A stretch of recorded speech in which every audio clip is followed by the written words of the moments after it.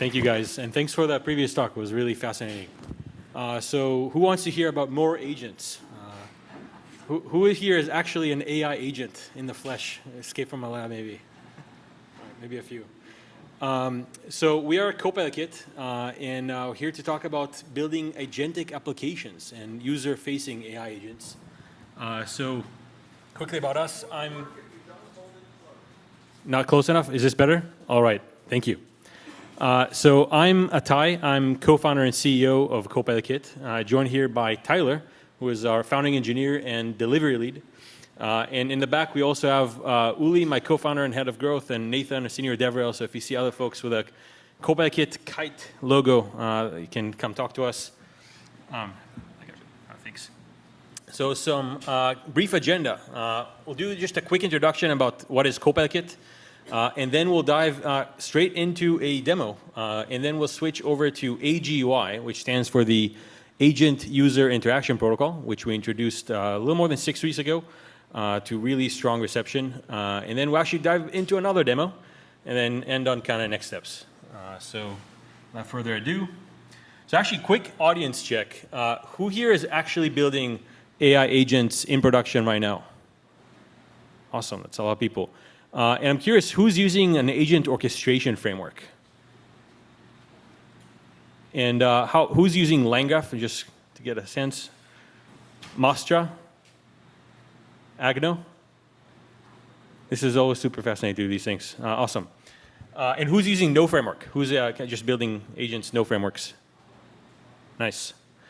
So we have something for all of you guys here. So a little bit about CopilotKit. CopilotKit is developer infrastructure for building AI copilots or agentic applications, which are basically user-facing agents, right, as opposed to autonomous agents. It's the leading solution for building user-facing agents by a growing margin. We're open source across 22,000 GitHub stars, tens of thousands of weekly installs, growing double digits month over month. And we're working with top companies all the way from Silicon Valley unicorns to Fortune 100s and kind of everything in between. And we're also the company behind the AGUI protocol, which you might have heard of. If not, we'll cover that shortly. So really quickly, where does CopilotKit fit in the stack, right? So in the AI stack, you have the very bottom LLM APIs. That's where the raw intelligence lives. Above that, you have the agent orchestration layer. So you build programs that use LLMs, but are not just an LLM API call. And then at the very top of that stack, you have user-facing agentic applications, right? So these are just applications that are also agentic. And that's where CopilotKit really lives. We're the glue between the application layer and the agentic layer.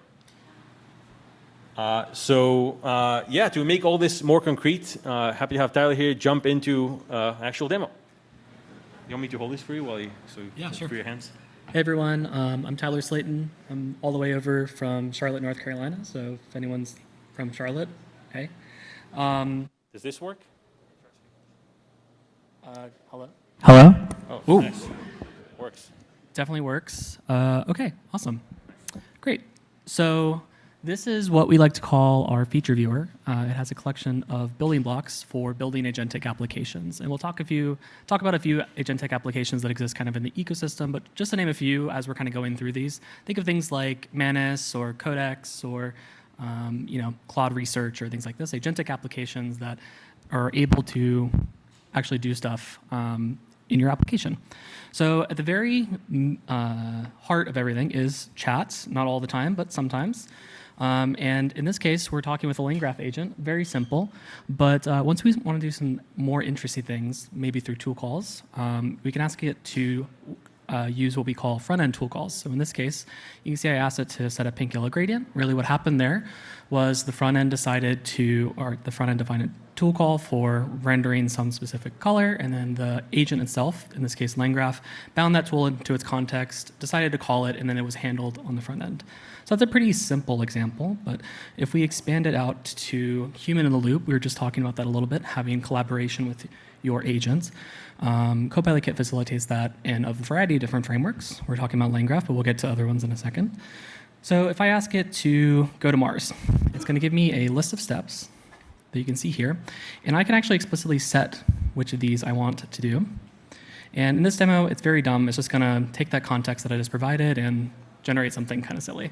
Again, these are all building blocks. This is what you build agentic applications with, and you can do more complex things. Then let's go to generative UI. So tool calls are basically structured data, right? And so we can actually use this to do some kind of interesting things with UI and interactions with users.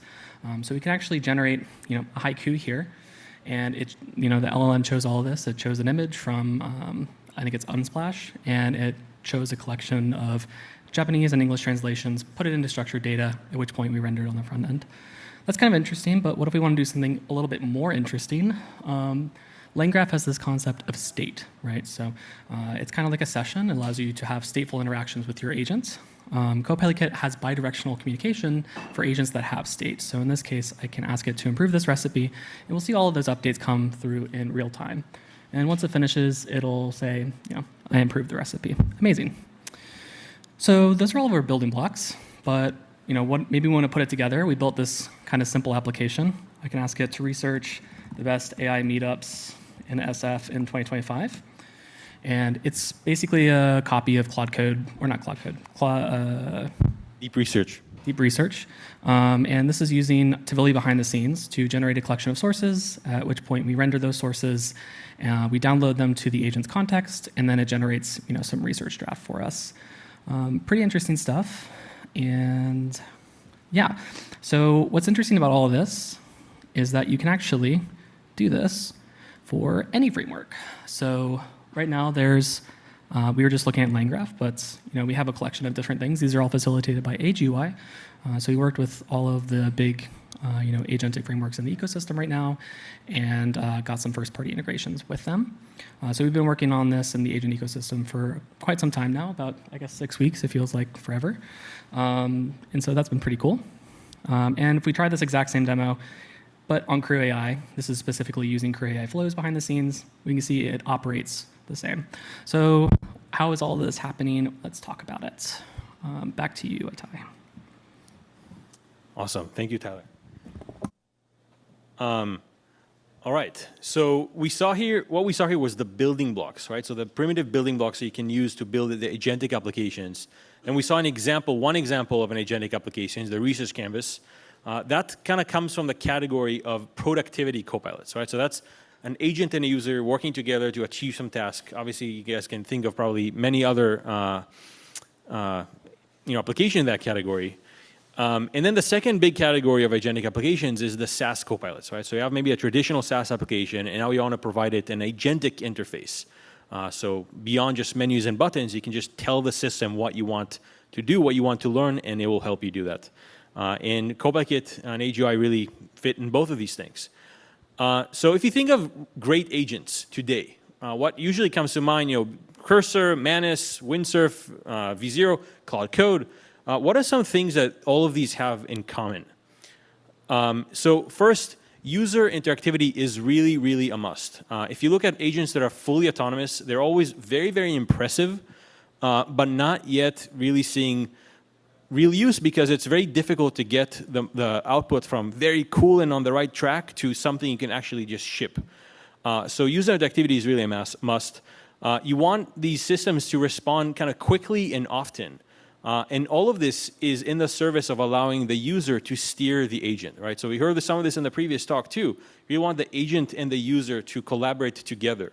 The agent doesn't have to do everything, and you can significantly increase what you can do in practice with these systems when you allow them to interact with users.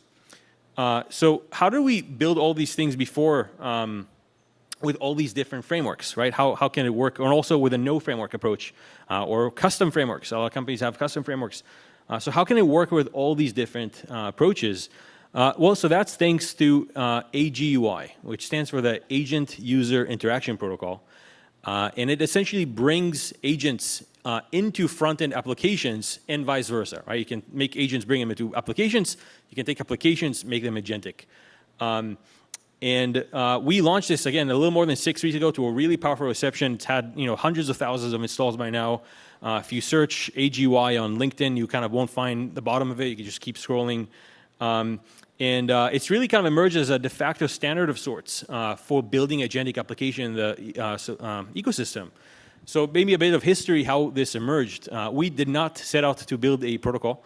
This emerged out of our partnership initially with LangGraph. So really great ecosystem. LangGraph, we built what we now call co-agents, which is user interactivity infrastructure for LangGraph agents. And after we built that, the leaders of many of the other top agent frameworks came to us and really wanted us to build this for their ecosystems. It just really resonated out there. And so we did the second integration with CrewAI, the partnership. And after we did that second integration, we realized that if we're going to go one by one, it's going to take us a year and a half to build all these integrations. So that's where AGUI came in. It's allowed us to put something out there that everybody can go and support, both the major frameworks, both people who don't use frameworks, and people who have their own custom solutions. So now, again, just 6 weeks after launch, I already mentioned the LangGraph for CrewAI partnership, but we have now first-party integrations from many of the other top agent frameworks, right? So Mastra, Agno, AG2, Llama Index, Pydantic, AWS is working on a couple of integrations for their 2 agent frameworks. We have a few threads with Google, and there's more. So that's really just in a very short amount of time. And so what is AGUI? So it's essentially an open, lightweight, very lightweight, event-based protocol for general-purpose agent-user interoperability, right? So as the agent, so before I get to the details, where it fits in the landscape of protocols, you obviously have MCP, that's agents talking to tools and to context. You have A2A from Google, that's agents talking to other agents. And AGUI is essentially kind of the third leg of this triangle. That's agents talking to users through user-facing applications. And it's kind of an example of what is known as an MN protocol, right? So it turns an M times N protocol. You have M agent frameworks, N clients or places where users might be interacting with agents, right? All the way from web frameworks to mobile to voice to email, Slack, and so on. And by default, you'd have to do kind of, each one of these frameworks would have to build a client for each one of these surfaces. AGUI lets you kind of build towards this middle ground and turn this into an M plus N problem. And so how does it actually work? So AGUI agents essentially emit 16 standard AGUI events as they're running. And they also accept one of a few standard AGUI inputs. Now, the protocol is very accommodating. The events actually don't have to be exactly the AGUI events. They just have to be compatible with the AGUI events. And it's also even agnostic to the transport layer thanks to a middleware layer that is encoded as part of the protocol. So it really supports everything from SSEs to webhooks and kind of everything in between. And so as the agent is running, it's emitting one of these 16 standard events, except one of these inputs. You have input, output. You can facilitate as much interactivity as you want. So maybe back to another quick demo of the AGUI CLI. It's really easy to actually start building these applications. All right. Hey, everyone. Me again. We're going to do another kind of quick demo. This one's really pretty quick. Looks like I just need to clear this. OK, so I built the CLI recently to help you get started really quickly with AGUI. Right now, we have a CLI client and a Next.js client, which we call CopilotKit. The CLI client allows you to build a lot of cool things. You can build a Claude code. You can build a codex, those sorts of things. We're going to be talking about CopilotKit today. In this case, you just give it kind of whatever you want. And in this case, all of our partner frameworks are available right here to get started with immediately. We have Pydantic AI coming out this week, actually. We'll talk a little bit more about that. In this case, it's just going to download one of our templates that we built, and you're ready to get started. I'm not going to actually install this right now because I'm nervous about the Wi-Fi, but I have it open right here. This is just the result of doing all that, plus adding my API key. And I can talk with a LangGraph agent that has been constructed locally. I can ask it to do all those cool front-end tool calls that we're talking about. In this case, we'll set the theme to orange. Hopefully it's not too blinding. Nah, it looks pretty good. I can ask it to write a proverb about AI. So these proverbs here in the center, that's an example of shared state.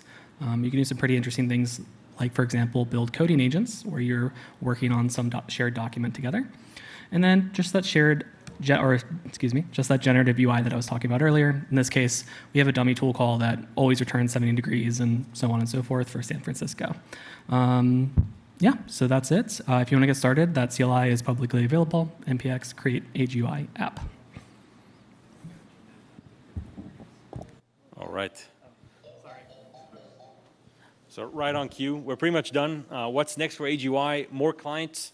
I want to expand beyond just React and CLIs to everywhere where humans are. More frameworks. We have almost all the top ones, but there's a few ones still in the works. AGUI Canvas and long-running agents, really interesting. If anybody here is interested in this, again, this is fully open, open governance, open protocol. Please get involved. We want really great builders in the ecosystem. And yeah, Nathan for next steps. Hey, everyone. Can you do 4 things for me? First, can you say AGUI? AGUI. Awesome. It was just launched 6 weeks ago, and we're really excited about it. We're in GitHub, so please, everyone, get your phones out and scan this QR code. It will take you to the AGUI GitHub repo. Please give it a star. We would definitely appreciate it. Second thing is we have an in-person AGUI event this week. It's the first one. Please come.